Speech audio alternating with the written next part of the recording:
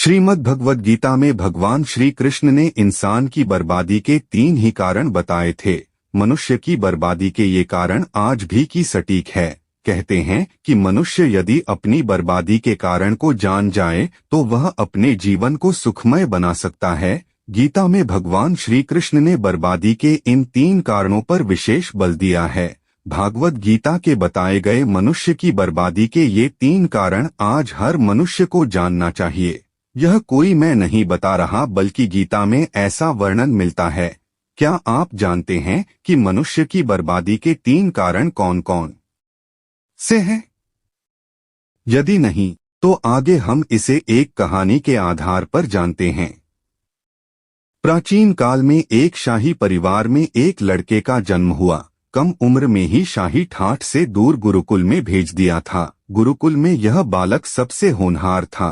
उसने वेदों और शास्त्रों का अध्ययन किया। गुरुकुल में अभी उसकी शिक्षा समाप्त भी नहीं हुई थी कि उसके माता पिता और सभी भाई बहन प्राकृतिक आपदा में मारे गए।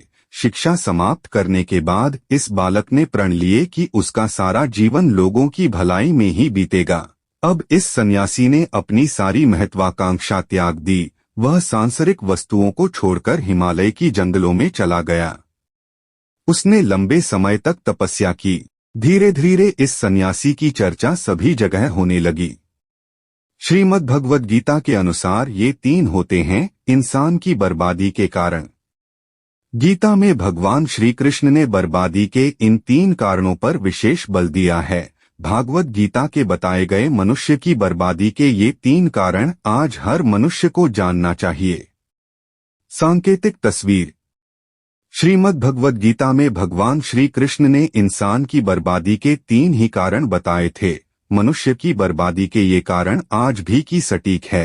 कहते हैं कि मनुष्य यदि अपनी बर्बादी के कारण को जान जाए तो वह अपने जीवन को सुखमय बना सकता है। गीता में भगवान श्री कृष्ण ने बर्बादी के इन 3 कारणों पर विशेष बल दिया है। भागवत गीता के बताए गए मनुष्य की बर्बादी के ये 3 कारण आज हर मनुष्य को जानना चाहिए। यह कोई मैं नहीं बता रहा बल्कि गीता में ऐसा वर्णन मिलता है।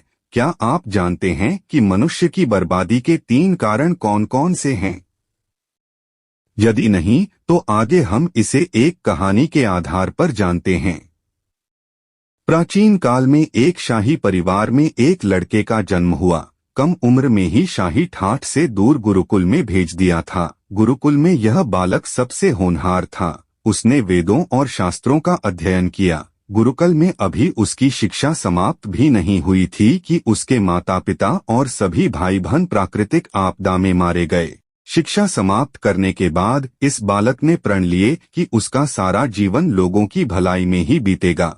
अब इस सन्यासी ने अपनी सारी महत्वाकांक्षा त्याग दी। वह सांसारिक वस्तुओं को छोड़कर हिमालय की जंगलों में चला गया। उसने लंबे समय तक तपस्या की। धीरे धीरे इस सन्यासी की चर्चा सभी जगह होने लगी। उस राज्य का राजा बहुत ही क्रूर व्यक्ति था। राजा ने सन्यासी से भेंट करने की ठानी, जिसके बाद राजा उस सन्यासी से इतना प्रभावित हुआ कि उसने अच्छाई की राह पर चलने की ठान ली। राजा मन ही मन सोचने लगा कि अगर ये सन्यासी मुझे चंद मिनटों में ही इतना कुछ बदल सकता है तो यदि ये मेरे पास रहने लगे तो मेरी जिंदगी ही बदल जाएगी। इसके बाद राजा ने सन्यासी से अपने साथ चलने के आग्रह करने लगा। सन्यासी इसके लिए मान गए और राजा उन्हें साथ लेकर महल में चले गए। वहां राजा ने सन्यासी को शाही कमरे में भोजन करवाया।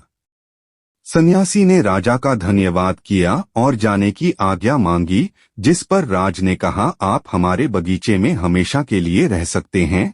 सन्यासी ने राजा के प्रस्ताव को स्वीकार कर लिया। बगीचे में सन्यासी के लिए एक कुटिया बना दी गई। राजा ने भी सन्यासी की खूब सेवा की। कुछ समय बाद अचानक राजा और रानी अपने पड़ोस के राज्य में चले गए। साथ ही एक सेवादार को सन्यासी की सेवा के लिए बोल गए, लेकिन सेवादार बीमार पड़ गया और अगले दिन से आया ही नहीं। ऐसे में सन्यासी को कोई भोजन देने वाला भी नहीं था। कुछ दिनों के बाद जब राजा वापस आए तो सन्यासी ने राजा को बहुत डांटा। राज ने सन्यासी से क्षमा मांगी और फिर सब कुछ ठीक हो गया। फिर कुछ दिन बाद राजा को राज्य से फिर कुछ दिनों के लिए बाहर जान पड़ा।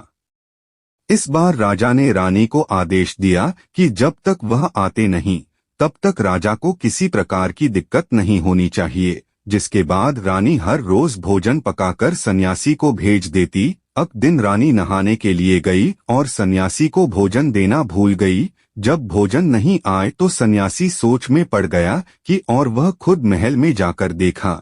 सन्यासी की नजर रानी पर पड़ी। उसने रानी के अद्भुत रूप को देखकर चकित हो गया। सन्यासी रानी की सुंदरता को भुला न सका और उसने खाना पीना छोड़कर अपनी कुटिया में पड़ा रहा। राजा जब वापस लौटे तो उसे सन्यासी के हाल का पता लगा। राजा ने जब सन्यासी से ये सब पूछा तो उसने कहा कि मैं रानी की अद्भुत सुंदरता का कायल हो गया हूँ। इस पर राजा ने सन्यासी से कहा कि आप मेरे महल में चलिए, मैं रानी आपको दे दूंगा। कुछ दिनों के बाद रानी ने उस सन्यासी से कहा कि आप क्या थे और क्या हो गए, आज आप वासना के कारण मेरे गुलाम हो गए।